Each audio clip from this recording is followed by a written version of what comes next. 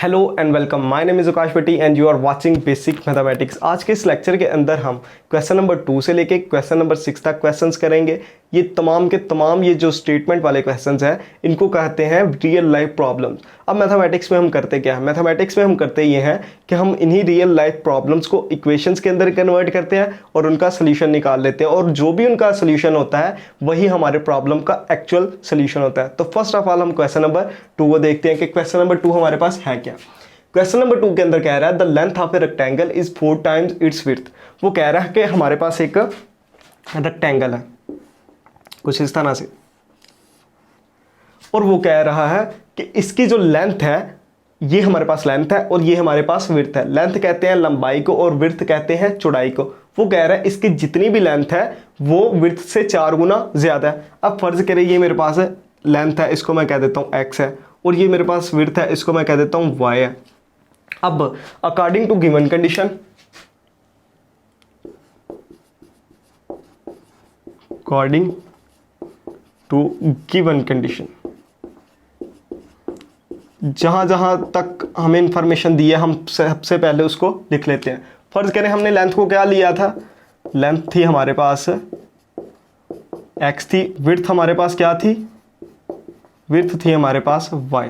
अब पहली कंडीशन क्या कह रही है, the length of a rectangle is 4 time it's width, यानी कि उसकी जितनी भी लेंथ है वो विड्थ से 4 गुना ज्यादा है। फर्ज करें कि उसकी जो लेंथ है वो है x और यहाँ पर 4 टाइम है विड्थ के, यानी कि अगर 4 विड्थ हों तो देन हमारे पास एक लेंथ बनती है। तो आई होप कि आपको इस कंडीशन की समझ आई होगी। इसी तरह से इसको मैं इधर ले आता हूँ 4 y को, और यहाँ पर मेरे पास 0 आ जाएगा। अब देखिए ये मेरे पास एक इक्वेशन बन गई।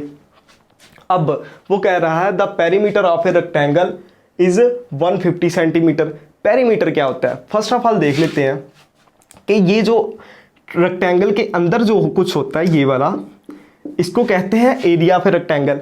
लेकिन पेरीमीटर क्या होता है, ये जो 4 दीवारी है इस रेक्टेंगल की, ये वाली ये वाली ये वाली और ये वाली, इसकी लेंथ को बोलते हैं पेरीमीटर। अब पेरीमीटर अगर हम चाहते हैं कि इसका पेरीमीटर कैलकुलेट करें तो कैसे निकलेगा, फर्ज करें पेरीमीटर किसके इक्वल होता है, पेरीमीटर होता है इन तमाम 4 दीवारी के इक्वल होता है। अब देखें इसकी ये वाली साइड x है तो ये वाली साइड भी x होगी, ये वाली साइड y है तो ये वाली साइड भी y होगी। अगर मैं इन तमाम साइडों को ऐड कर दूं तो मेरे पास इस रेक्टेंगल का पेरीमीटर आ जाएगा। तो क्या आ जाएगा, x plus y plus x plus y. तो यहाँ पर मेरे पास क्या आ जाएगा, पेरीमीटर 2x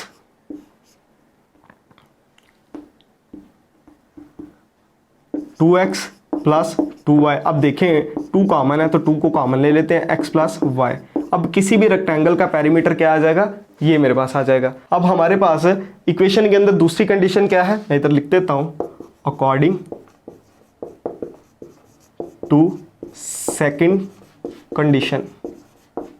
वो हमारे पास क्या है, वो कह रहा है the perimeter of a rectangle is 150 centimetre, कि जो पेरीमीटर है वो किसके इक्वल है, पेरीमीटर है 150 सेंटीमीटर। अब हमने पेरीमीटर देखा है, पेरीमीटर ये है इस रेक्टेंगल का, तो क्या आ जाएगा 2x plus y is equal to 150 centimetre. अब x प्लस वाई की मेरे पास वैल्यू क्या आ जाएगी, इस 2 को मैं बोथ साइड डिवाइड कर दूंगा तो यहाँ पर मेरे पास आ जाएगा 75। तो ये मेरे पास एक दूसरी इक्वेशन आ गई।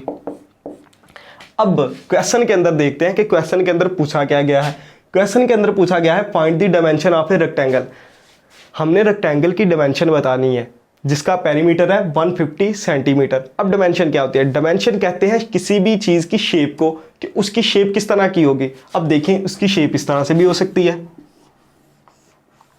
उसकी शेप इस तरह से भी हो सकती है, उसकी शेप इस तरह से भी हो सकती है। अब फर्ज करें कि इन तमाम रेक्टेंगल्स का पेरीमीटर मेरे पास 150 सेंटीमीटर के इक्वल है। तो अगर तो हमें इस रेक्टेंगल की, यानी कि जिसकी क्वेश्चन के अंदर बात हुई है, उसकी विड्थ पता चल जाए, अगर लेंथ पता चल जाए, तो हम बता सकते हैं कि क्या आने वाली जो रेक्टेंगल होगी उसकी जो शेप ये वाली होगी, ये वाली होगी या ये वाली होगी। तो इनडायरेक्टली इस क्वेश्चन के अंदर हमसे उसने लेंथ पूछी है और विड्थ पूछी है और नाम दे दिया है कि हमने डायमेंशन को फाइंड आउट करना है। तो आई होप कि यहाँ तक आपको समझ आई होगी। तो अब हम करेंगे क्या, अब हम करेंगे ये कि मेन काम तो हम कर चुके हैं, और वो काम है क्या, वो था इक्वेशंस बनाना। तो हमने जनाब दो इक्वेशंस तो बना दी हैं, एक इक्वेशन ये है, एक इक्वेशन ये है। तो मैं इधर करके इसको लिख देता हूँ, x minus 4y is equal to 0। इसी तरह से x plus y is equal to 75। अब हम इसको मैट्रिक्स फॉर्म के अंदर लिख देते हैं, इन मैट्रिक्स फॉर्म। तो यहाँ पर मैं कोएफिशिएंट वाली मैट्रिक्स बना लूँगा, 1 1 माइनस 4 और 1। इसी तरह से वेरिएबल वाली मैट्रिक्स, और यहाँ पर मेरे पास ये जो कांस्टेंट वाली मैट्रिक्स आ जाएगी। अब देखें, इसको आप मैट्रिक्स इन्वर्शन मेथड के साथ भी सॉल्व कर सकते हैं और क्रैमर रूल के साथ भी। तो मैं इसको सॉल्व करूँगा क्रैमर रूल के साथ। आपको जिस मेथड के साथ इजी लगता है आप उसको उस मेथड के साथ सॉल्व कर सकते हैं। क्रैमर रूल लगाऊंगा। अब क्रैमर रूल के मुताबिक ये मेरे पास मैट्रिक्स ए है। क्या है मेरे पास? मैट्रिक्स ए है, 1 1 माइनस 4 और 1। इसी तरह से ये मेरे पास ए एक्स है। ए एक्स मेरे पास मैट्रिक्स कौन सी होती है? जहाँ पर ए के कोएफिशिएंट नहीं होते, उसकी जगह ये वाले कांस्टेंट नंबर्स होते हैं, 0 75 और माइनस 4 और 1 कर देंगे। इसी तरह से ए वाई करेंगे। ए वाई मेरे पास क्या है? ए वाई मेरे पास एक ऐसी मैट्रिक्स होती है जहाँ पर वाई के कोएफिशिएंट्स नहीं होते, उनकी जगह ये कांस्टेंट नंबर्स होते हैं। तो 1 1 और 0 और 75 आ जाएगा। अब हम ए एक्स का डिटर्मिनेंट फाइंड करेंगे। तो क्या आ जाएगा मेरे पास?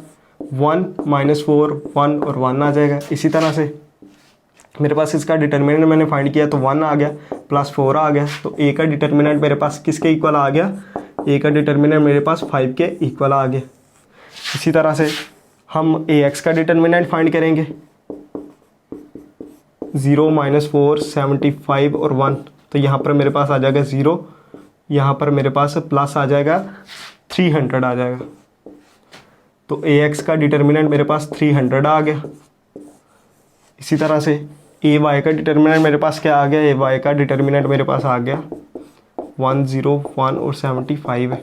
तो यहाँ पर मेरे पास आ गया 75 ए वाई का डिटर्मिनेंट। अब हमने एक्स और वाई की वैल्यूज़ को फाइंड करना है। तो किस तरह से करेंगे?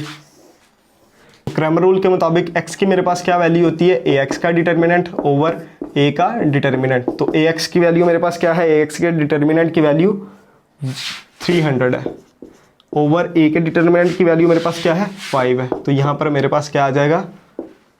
60 आ जाएगा। इसी तरह से y की मेरे पास वैल्यू क्या होती है? ए वाई का डिटर्मिनेंट ओवर ए का डिटर्मिनेंट।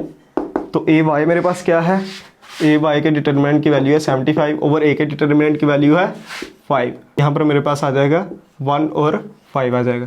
अब देखें यहाँ पर मेरे पास x और y की वैल्यू मेरे पास क्या आई? x की वैल्यू मेरे पास आ गई 60 और y की वैल्यू मेरे पास आ गई 15। अब क्वेश्चन के अंदर यही तो हमने फाइंड करना था कि इसकी डायमेंशन किस तरह से होनी चाहिए। अब देखें, लेंथ हमारे पास क्या थी? x थी और वो क्या है 60, और विड्थ हमारे पास क्या थी? y, और वो क्या है 15। और क्वेश्चन के अंदर क्या कहा गया था? The length of a rectangle is 4 time it's width. कि लेंथ यानी कि विड्थ जितनी भी है उससे 4 गुना ज़्यादा लेंथ है। यानी कि इसको अगर 15 को 4 के साथ मल्टीप्लाई करें तो हमारे पास 16 आता है। इसका मतलब कि ये क्वेश्चन बिल्कुल दुरुस्त है। तो अब देखते हैं कि इसकी डायमेंशन किस तरह की होगी। तो हम देख लेते हैं कि इसकी डायमेंशन किस तरह की होगी। तो इसकी डायमेंशन जो है कुछ इस तरह की होगी।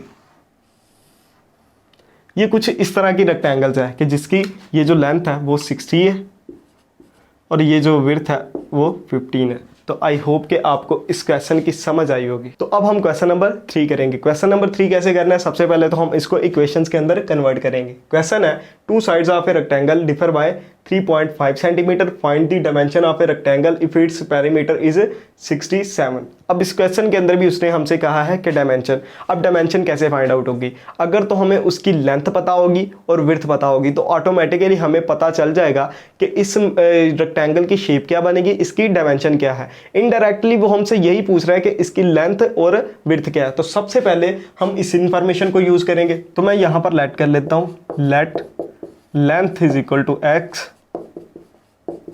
और विड्थ हमारे पास किसके इक्वल है? हमारे पास है y के इक्वल है। तो मेरे पास कुछ इस तरह से रेक्टेंगल है, एक x है और एक साइड मेरे पास y है। अब इस क्वेश्चन के अंदर अकॉर्डिंग टू फर्स्ट कंडीशन क्या है मैं लिखता हूं पहले, टू फर्स्ट कंडीशन।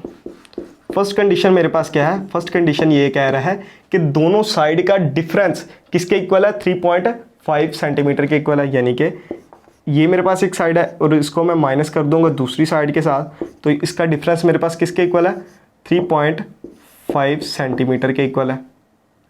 तो ये मेरे पास एक इक्वेशन 1 बन गई। अब उसने कहा है कि इसका जो पेरीमीटर है वो है 67 सेंटीमीटर। तो अकॉर्डिंग टू सेकंड कंडीशन मेरे पास क्या आ जाएगा, टू सेकंड कंडीशन, तो मेरे पास क्या आ जाएगा, मेरे पास आ जाएगा पेरीमीटर किसके इक्वल है, पेरीमीटर है 67 सेंटीमीटर के इक्वल है। अब देखिए पेरीमीटर को हम डिस्कस कर चुके हैं इससे प्रीवियस क्वेश्चन के अंदर। तो पेरीमीटर क्या आ जाएगा, 2 आ जाएगा और यहाँ पर x प्लस वाई आ जाएगा और यहाँ पर क्या आ जाएगा 67। तो यहाँ पर मेरे पास x प्लस वाई आ जाएगा और यहाँ पर मेरे पास आ जाएगा 33.5 आ जाएगा। तो ये मेरे पास एक दूसरी इक्वेशन बन गई। अब हमने इन इक्वेशंस को यूज़ करना है और अपने क्वेश्चन को सॉल्व करना है। तो कैसे करेंगे, फर्स्ट ऑफ ऑल तो हम इन मैट्रिसेस के कोएफिशिएंट्स को लिखेंगे। तो क्या आ जाएगा मेरे पास, आ जाएगा मेरे पास, इसको मैट्रिक्स फॉर्म के अंदर लिखते हैं, इन मैट्रिक्स फॉर्म। तो यहाँ पर मेरे पास आ जाएगी 1 और यहाँ पर भी 1 आ जाएगा, इसी तरह से -1 और 1 आ जाएगा। और इसी तरह से वेरिएबल वाली मैट्रिक्स लिखेंगे और कांस्टेंट वाली मैट्रिक्स लिखेंगे। वो क्या है, 3.5 है और 33.5 है।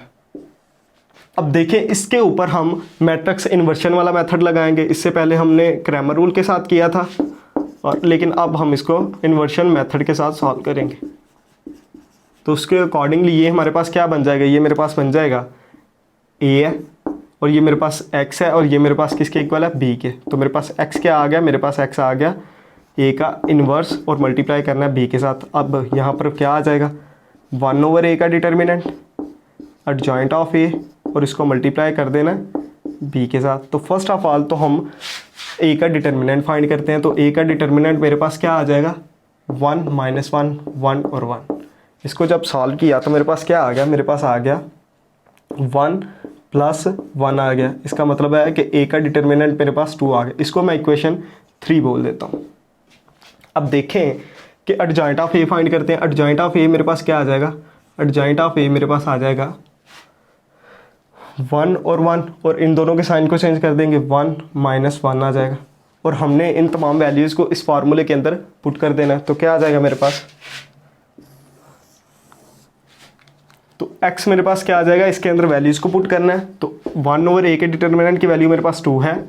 एडजॉइंट ऑफ a मेरे पास क्या है, 1 1 -1 और 1 है। इसी तरह से मैट्रिक्स b मेरे पास क्या है, ये है 3.5 है और 33.5 है। अब जब इनको मल्टीप्लाई किया तो मेरे पास क्या आ गया, इनको मल्टीप्लाई किया 3.5 + 33.5, इसी तरह से -3.5 और प्लस 33.5 आ जाएगा। अब जब इसको मज़ीद सिंप्लीफाई किया तो मेरे पास क्या आ गया, 37 आ जाएगा और यहाँ पर इसको सॉल्व किया तो 30 आ जाएगा। और जब इसको मज़ीद सिंप्लीफाई करेंगे तो मेरे पास आ जाएगा 37/2 आ जाएगा, इसी तरह से 30/2 आ जाएगा। तो यहाँ पर मेरे पास क्या आ गया, 37/2 और मेरे पास आ गया 15 आ गया। तो ये मेरे पास किसकी वैल्यू थी, x की, और x मेरे पास क्या था, x और y मैट्रिक्स थी। तो यहाँ पर मेरे पास जो x की वैल्यू आई, x मेरे पास आ गया x = 37/2 और y मेरे पास आ गया 15। तो इसका मतलब है कि ये जो 37/2 है इसको हम लिख सकते हैं 8.5। तो इसका मतलब है कि ये जो रेक्टेंगल बनेगी वो कुछ इस तरह की होगी, ज़्यादा फर्क नहीं होगा लेंथ और विड्थ का। ये होगी 18.5 और इसकी जो विड्थ होगी वो 15 होगी। तो यहाँ पर एक पहले भी शेप थी, वो मुझसे थोड़ी सी गलत हो गई थी और लाइट भी चली गई थी, जिसकी वजह से वो मैंने अरेंज कर दी। तो उससे कंफ्यूज नहीं होना। तो आई होप कि आपको इस क्वेश्चन की समझ आई हो। तो अब हम क्वेश्चन नंबर 4 करेंगे। क्वेश्चन नंबर 4 की स्टेटमेंट हमारे पास क्या है, क्वेश्चन नंबर हमारे पास 4 है, the third angle of an isosceles triangle is 16 degree less than the sum of 2 equal angles. First of all हम ट्राइंगल देख लेते हैं कि ट्राइंगल होती क्या है। ट्राइंगल एक ऐसी शेप होती है जिसके 3 कोने हो और जिस शेप के 3 कोने होंगे उसका मतलब है कि उसके 3 एंगल्स होंगे। इसी वजह से 3 एंगल्स की वजह से इसे ट्राइंगल कहा जाता है। लेकिन इस क्वेश्चन के अंदर हमसे इस वाली ट्राइंगल की बात नहीं की गई, बल्कि हमसे क्वेश्चन में कहा गया है कि एक आइसोसेलेस ट्राइंगल है। अब आइसोसेलेस ट्राइंगल कौन सी होती है? एक ऐसी ट्राइंगल होती है, मैं इधर बना देता हूं, ये, जिसकी 2 साइड्स इक्वल हो। अब देखिए ये वाली साइड और ये वाली साइड दोनों ही इक्वल है। अब इसकी अगर दोनों साइड इक्वल हैं तो इस वाली लाइन के साथ ये एंगल्स बना रहे हैं, तो इसका मतलब है कि ये दोनों एंगल्स भी इक्वल है। अब क्वेश्चन के अंदर हमें उसने इंफॉर्मेशन दी है थर्ड एंगल की। अब हमें पता है ये दोनों तो इक्वल हैं, तो ये वाला थर्ड एंगल है, ये दोनों इक्वल हैं। तो फर्ज करें अगर ये वाला मेरे पास एंगल x है, मुझे नहीं पता क्या है, तो ये भी x होगा। इसी तरह से इंफॉर्मेशन जो उसने दी है वो हमें इंफॉर्मेशन दी है y की। अब क्वेश्चन के अंदर वो कह रहा है the third angle of an isosceles triangle is 16 degree less the sum of 2 equal angles. अब वो कह रहा है जो इक्वल एंगल हैं उनको ऐड करें और उसमें से -16 डिग्री कर दें, तो हमारे पास क्या आएगा? हमारे पास ये वाला थर्ड एंगल आएगा। तो मैं इधर लिख देता हूं according to given condition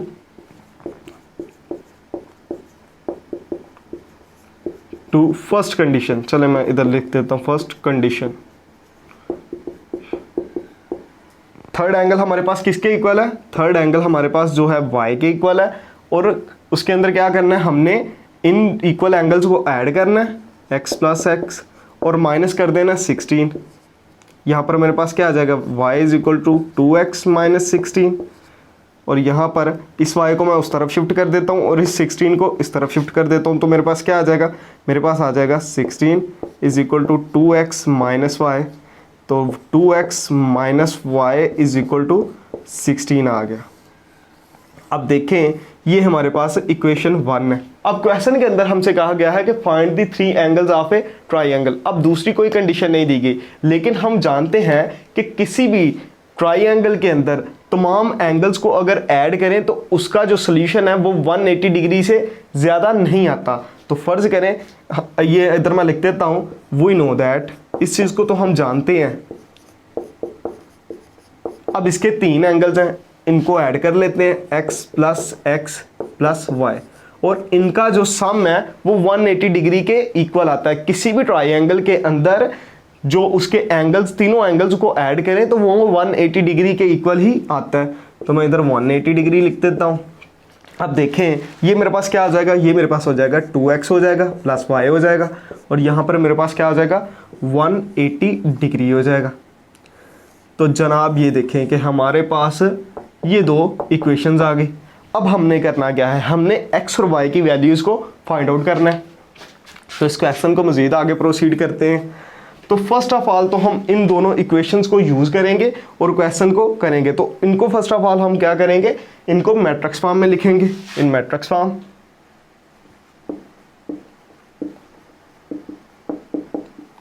form के अंदर इसको हम लिख लेंगे। तो क्या आ जाएगा? यहाँ पर x के कोएफिशिएंट पहले लिखेंगे, तो क्या आ जाएगा? मेरे पास 2 आ जाएगा, यहाँ पर भी 2 आ जाएगा, यहाँ पर -1 है, यहाँ पर 1 है। इसी तरह से वेरिएबल वाली मैट्रिक्स लिखेंगे और कांस्टेंट वाली मैट्रिक्स लिख देंगे। कांस्टेंट वाली हमारे पास क्या है? 16 है और 180 है। अब देखें इसको चाहे क्रैमर रूल के साथ सॉल्व करें, चाहे इसको मैट्रिक्स इन्वर्शन मेथड के साथ सॉल्व करें, जिससे भी आप सॉल्व करेंगे आपके पास रिजल्ट सेम ही आएगा। तो मैं इसको इन्वर्शन मेथड के साथ सॉल्व करूंगा, मेथड 1, इन्वर्शन मेथड। तो क्या आ जाएगा मेरे पास? ये वाली मैट्रिक्स A होगी, ये वाली x होगी, और ये वाली मेरे पास मैट्रिक्स कौन सी होगी? ये वाली B होगी। अब मुझे x चाहिए तो A उधर जाके इन्वर्स का हो जाएगा और साथ में B आ जाएगा। अब हमारे पास ये किसके इक्वल है? हमारे पास ये इक्वल है 1/a का डिटर्मिनेंट एडजॉइंट ऑफ A, और मल्टीप्लाई कर देना इसको B के साथ।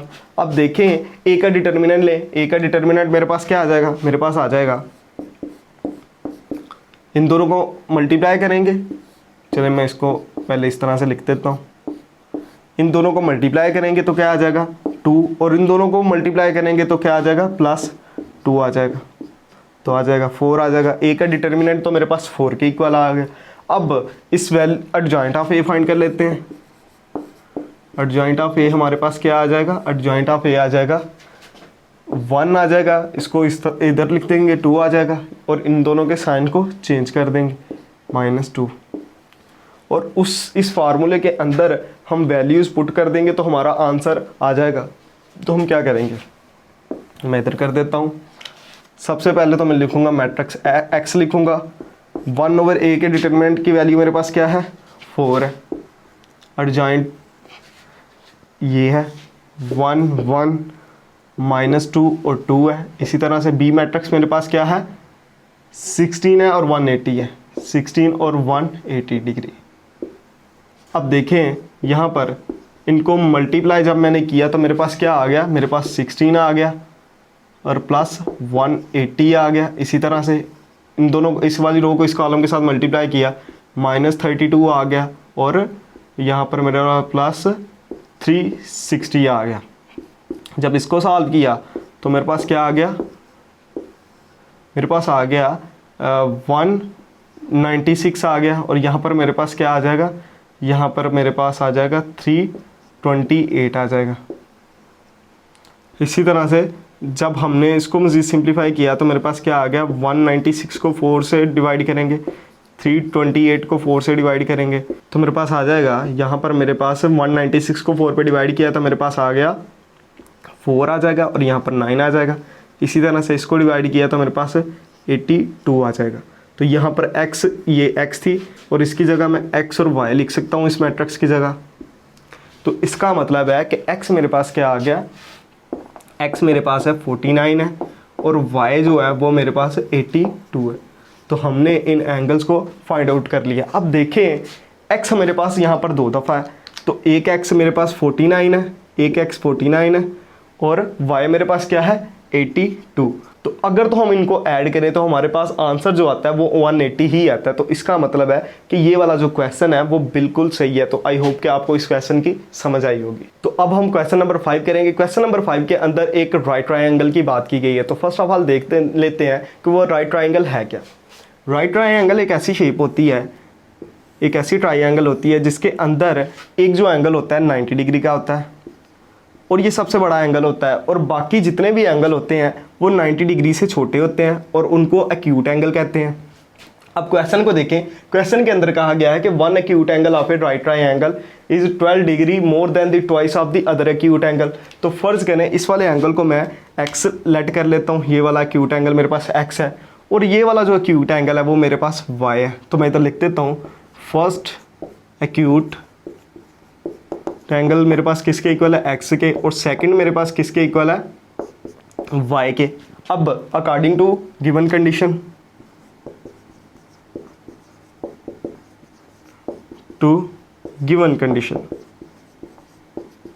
कंडीशन के मुताबिक अब क्वेश्चन को देख लेते हैं। उसने कहा है the one acute angle of A triangle is 12 degree more than the twice of the other. यानी कि फर्ज करें मेरे पास ये एंगल एक्स है, एक्यूट एंगल। फर्स्ट एंगल वो कह रहा किसके इक्वल है कि अगर हम दूसरे का ट्वाइस लें और उसके अंदर 12 को ऐड करें, तो y का मैंने ट्वाइस लिया तो क्या आ गया 2y, प्लस कर देना इसके अंदर 12 को ऐड कर देना, तो यहाँ पर मेरे पास x minus 2y is equal to 12 आ गया। तो ये मेरे पास क्या है, ये मेरे पास एक इक्वेशन 1 बन गई। अब इस क्वेश्चन के अंदर दूसरी कोई कंडीशन नहीं दी गई, तो हमने दूसरी कंडीशन को कैसे बनाना है, हम एक इंफॉर्मेशन को यूज़ करेंगे, और इस इंफॉर्मेशन को हम क्वेश्चन नंबर 4 के अंदर भी यूज़ कर चुके हैं। वो क्या है, वी नो दैट, हम ये जानते हैं कि किसी भी ट्राइंगल के अंदर उसके तीनों एंगल्स का सम 180 डिग्री के इक्वल होता है। तो क्या आ जाएगा मेरे पास, यहाँ पर आ जाएगा x plus y plus 90 degree is equal to 180।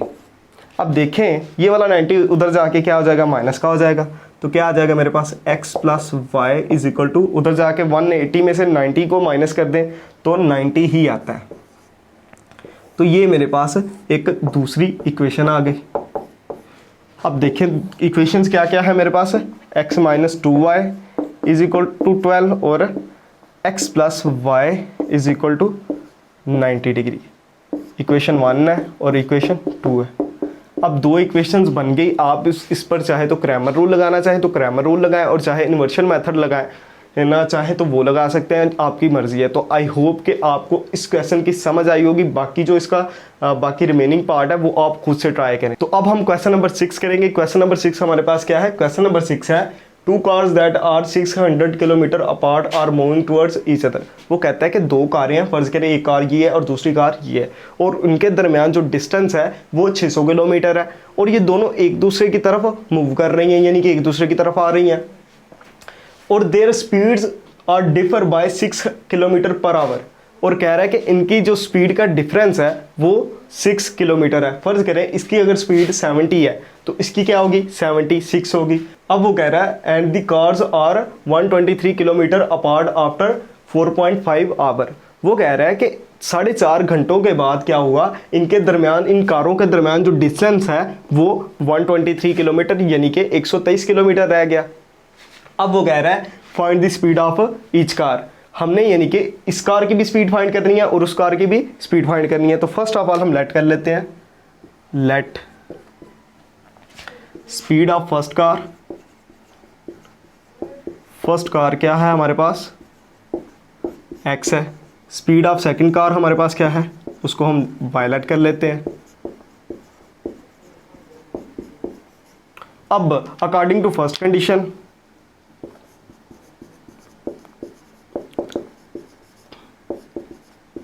वो हमारे पास क्या है? वो हमारे पास ये है कि इनकी जो स्पीड का डिफरेंस है वो 6 किलोमीटर है। तो क्या आ जाएगा? x माइनस वाई मेरे पास किसके इक्वल आ गया? 6 किलोमीटर के। तो ये मेरे पास एक क्या आ गई? एक इक्वेशन आ गई। इक्वेशन 1 बोल देता हूँ, और यहाँ से किलोमीटर आप जब करेंगे क्वेश्चन तो साथ लगा लीजिएगा। अब देखें हमने इस क्वेश्चन के अंदर इंफॉर्मेशन जो है उसको यूज करना है और दूसरी इक्वेशन बना लेनी है अपने क्वेश्चन को सॉल्व करने के लिए। तो किस तरह से बना सकते हैं? अब देखें इन दोनों कारों के दरमियान 4.5 घंटों के बाद इनके दरमियान डिस्टेंस क्या रह गया? इनके दरमियान जो डिस्टेंस है वो 123 किलोमीटर रह गया। तो मैं क्या लिखूंगा? टोटल डिस्टेंस इधर क्या था? पहले तो लिखूंगा बाय यूजिंग गिवन इंफॉर्मेशन। तो टोटल डिस्टेंस पहले क्या था? पहले वो लिखते हैं।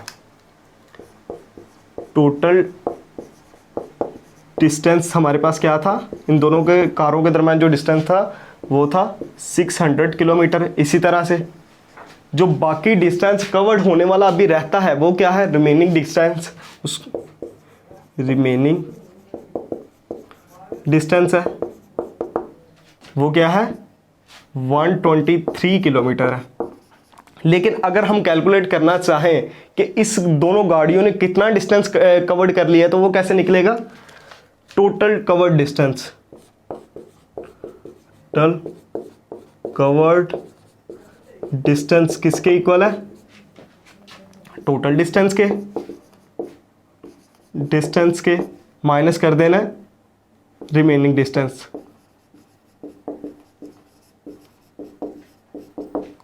तो अब देखें यहां पर टोटल डिस्टेंस मेरे पास क्या आ जाएगा? टोटल डिस्टेंस मेरे पास आ जाएगा, कवर्ड डिस्टेंस मेरे पास आ जाएगा। टोटल डिस्टेंस क्या था? 600 किलोमीटर, माइनस कर देना है 123 किलोमीटर रिमेनिंग डिस्टेंस। तो यहाँ पर मेरे पास आ जाएगा 477 किलोमीटर। ये क्या है? टोटल कवर्ड डिस्टेंस है मेरे पास। तो मैं इसको ज़रा सा हाईलाइट कर देता हूँ। अब हमने करना क्या है? हमने टोटल स्पीड भी फाइंड आउट करनी है। तो टोटल स्पीड कैसे फाइंड आउट होगी? तो अगर हम चाहते हैं कि किसी की भी स्पीड फाइंड करें तो हम क्या करते हैं? हम ये देखते हैं कि उसने कितना डिस्टेंस कितने टाइम के अंदर कवर किया। तो टोटल स्पीड मेरे पास क्या आ जाएगी? टोटल स्पीड यानी कि कार 1 और कार 2 की टोटल स्पीड मेरे पास क्या आ जाएगी? Total cover distance over total time taken.